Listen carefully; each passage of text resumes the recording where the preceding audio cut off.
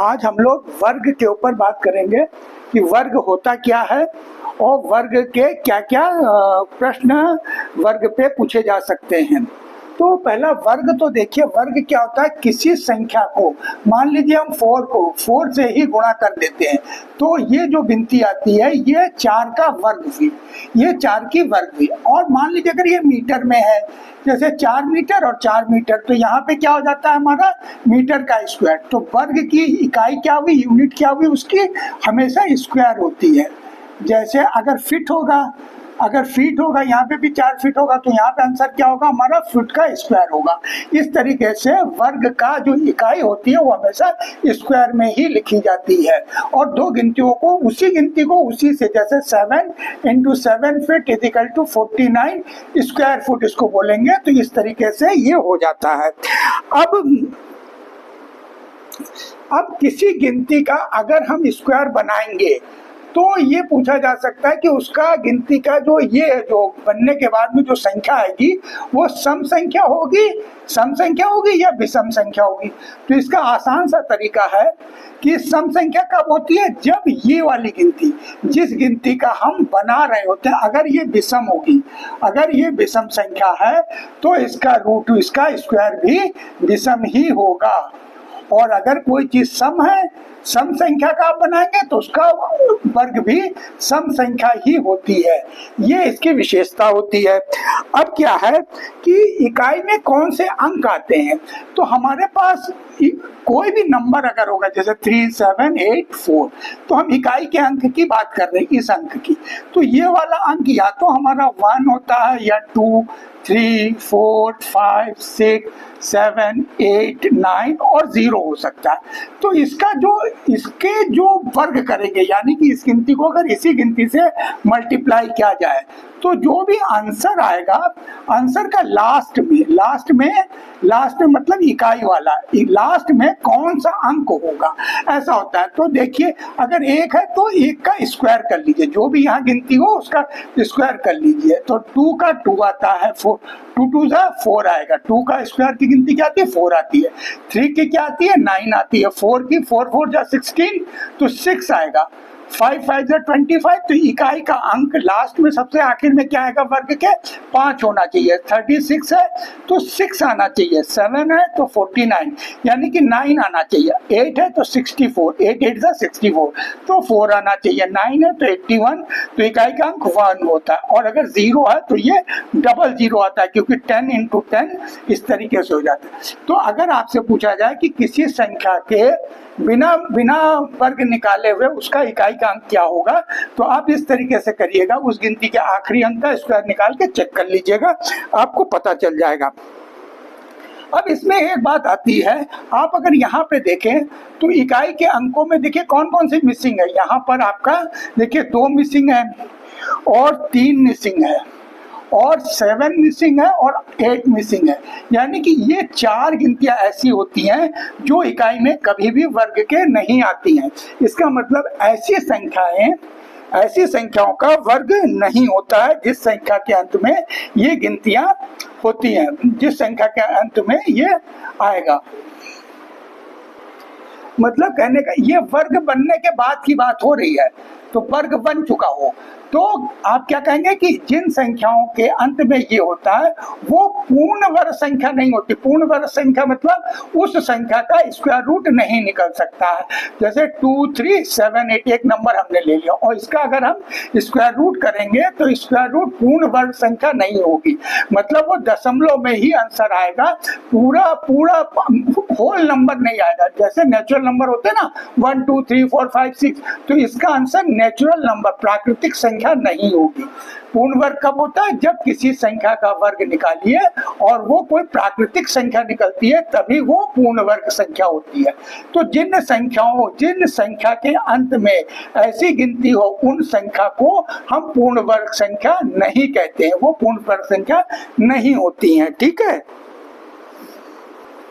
अच्छा, अब इसी में एक और क्वेश्चन आता है कि अगर क्रम से 2 संख्याएं हैं, क्रम से 2 विषम संख्याएं हैं, 2 क्रमागत विषम संख्या, क्रमागत माने सीरियल से, क्रमागत विषम है, विषम संख्या है। विषम संख्या मतलब जैसे कि एक हम ले लें 29 ले लिया और एक 31 ले लिया, 29 तो सम संख्या हो जाएगी।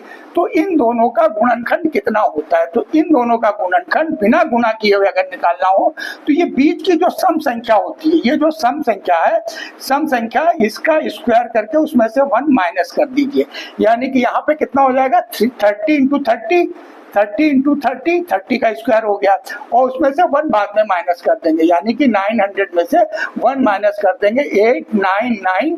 ये इन गिनतियों का क्या हो जाएगा, गुणनखंड हो जाएगा। अगर इन दो गिनतियों को का प्रोडक्ट निकाला जाएगा तो आंसर ये आना चाहिए हमेशा। अच्छा, अब ये तो विषम संख्या के बारे में बात थी, अब हम सम संख्या के बारे में बात करते हैं। तो यही नियम हमारा सम संख्या पे भी काम करता है, यानी कि अगर हम 6 और 8 को गुणा करें तो उनके बीच की विषम संख्या कौन सी, अब सम है तो बीच में कौन सा लेंगे, विषम वाला लेंगे। तो ये विषम वाली संख्या अगर आप लेंगे तो 6 और 8 का गुणनफल क्या होता है, 48 होता है, और बीच की संख्या 7 है तो 7 का स्क्वायर करके अगर एक घटाएंगे तो भी 48 आ जाएगा। माने बीच की संख्या का स्क्वायर करके अगर एक घटा देते हैं तो भी ये आ जाता है। तो चाहे ये सम संख्या के ऊपर लागू करें आप और चाहे विषम संख्या पे लागू करें, नियम वही होता है। जैसे 12 और 14 का अगर आपको मल्टीप्लाई निकालना है तो 13 का स्क्वायर करके उसमें से एक कम कर दीजिए तो आंसर आपका सेम आएगा। ठीक है, तो इस तरीके से शॉर्टकट हम लोग कर सकते हैं। अब हम लोग एक और सवाल करने जा रहे हैं। अब एक क्वेश्चन आ गया है कि 5 अंकों का सबसे बड़ी पूर्ण वर्ग संख्या मतलब ऐसी नंबर जिसका कि अगर आप रूट निकालते हैं, अगर वर्गमूल निकालते हैं तो आंसर आपका नेचुरल नंबर होना चाहिए। तो 5 अंक कितने होते हैं, ये सबसे बड़ी संख्या 5 अंकों की क्या है, ये है। तो इसका पूर्ण वो वाला अंक बताना है। तो हम क्या करेंगे, पहले एक बार टेस्ट कर लेंगे कि क्या ये है। तो हमेशा नियम क्या बताया था कि ये ऐसे ऐसे करके चलते हैं, वर्ग जब निकालते हैं तो ऐसे 2-2 करके इस तरफ को चलते हैं और जो एक अकेला बचता है वो अकेला ही रहता है। तो पहले हमने 3 3 9 ले लिया। ठीक है, पहले हम लोग क्या करते हैं, मल्टीप्लाई करते हैं, फिर इन दोनों गिनतियों को प्लस करके यहाँ लिख देंगे तो यहाँ माइनस हो जाएगा, कुछ नहीं बचेगा। अब ये दो गिनती एक साथ नीचे आ जाती है, 9 और 9। अब ये 1 यहाँ पे ऐसी गिनती से ही मल्टीप्लाई करते हैं जो वहां पर हो, तो ये 61 हो जाएगा, इसको माइनस करना और यहाँ प्लस करने पर ये 62 हो जाएगा। ये हो गया। अब फिर दो गिनतियां एक साथ आती है, इसमें वर्ग निकालने में दो गिनती उतरती है, तो 9 9 आ गया। अब यहाँ पे कोई ऐसी गिनती लिखनी है जो कि सेम सेम हो, जैसे कि हमने अगर मान लीजिए ले लिया 6 छंग 36, क्योंकि फर्स्ट डिजिट 6 है और यहाँ 38 है तो 6 बार जाने की उम्मीद है, तो हमने 6 से पहले ट्राई कर लिया। 6 6 36, 6 12 3 15 5 आया 36 और 1 37। फिर माइनस करेंगे तो 6 और 3 9, 5 4 9 7, ये बच गया। तो देखिए ये पूरा वर्ग नहीं कटा, तो ये पूरा वर्ग नहीं कटा, ये गिनती शेष रह गई। तो 5 अंकों की सबसे बड़ी पूर्ण वर्ग संख्या कौन सी होगी हमारे पास, जो ये संख्या है, पहले इसको निकाल लिया, जो शेष बचता है उस शेष को हम इसमें से घटा देंगे, यानी कि 9 9 9 9 9 में से हम 1 4 3 को अगर घटा देंगे तो 6 3 9 5 4 9 8 8 9 9 9। ये जो गिनती होगी ये 5 अंकों की सबसे बड़ी संख्या होगी, जिसका कि स्क्वायर निकालने पर वो एक मने पूरा फुल नंबर आएगा, कोई दशमलव में अंक नहीं आएगा। तो अब ये देखिए हमने स्क्वायर निकाल के भी कैलकुलेटर से चेक कर दिया है, ये बिल्कुल पूरी फुल संख्या आ रही है। अब एक और क्वेश्चन आता है कि दो नेचुरल नंबर्स के बीच में के स्क्वायर्स के बीच में कितने नंबर होंगे, दो नेचुरल नंबर्स के स्क्वायर के बीच में कितने नंबर होंगे। तो अब एक क्वेश्चन और है कि दो क्रमागत मतलब सीरियल्स है, जैसे 15 16 18 19 22 23 इस तरीके से दो क्रमागत नेचुरल नंबर के मध्य कितने संख्या के वर्ग के मध्य दो क्रमागत नेचुरल नंबर के वर्ग के मध्य कितने संख्या होंगे जिनका वर्गमूल नहीं निकलता है। तो जैसे हमने एक गिनती ले ली, एक गिनती हमने ले ली 6 का स्क्वायर ले लिया, एक हमने 7 का स्क्वायर ले लिया, तो 6 का स्क्वायर 36 हो गया, इसका 49 हुआ। तो इन दोनों के बीच में कितनी संख्याएं निकलेंगी? 2n संख्या होती है। 2n मतलब छोटी वाली गिनती को 2 से मल्टीप्लाई कर देते हैं। 6 × 2 यानी कि 12 गिनतियां ऐसी होंगी इनके बीच में जिनका की स्क्वायर रूट नहीं निकलता है। देखिए जैसे 36 के बाद 37, 38, 39, 40, 41, 42, 43, 44, 45, 46, 47 और 48।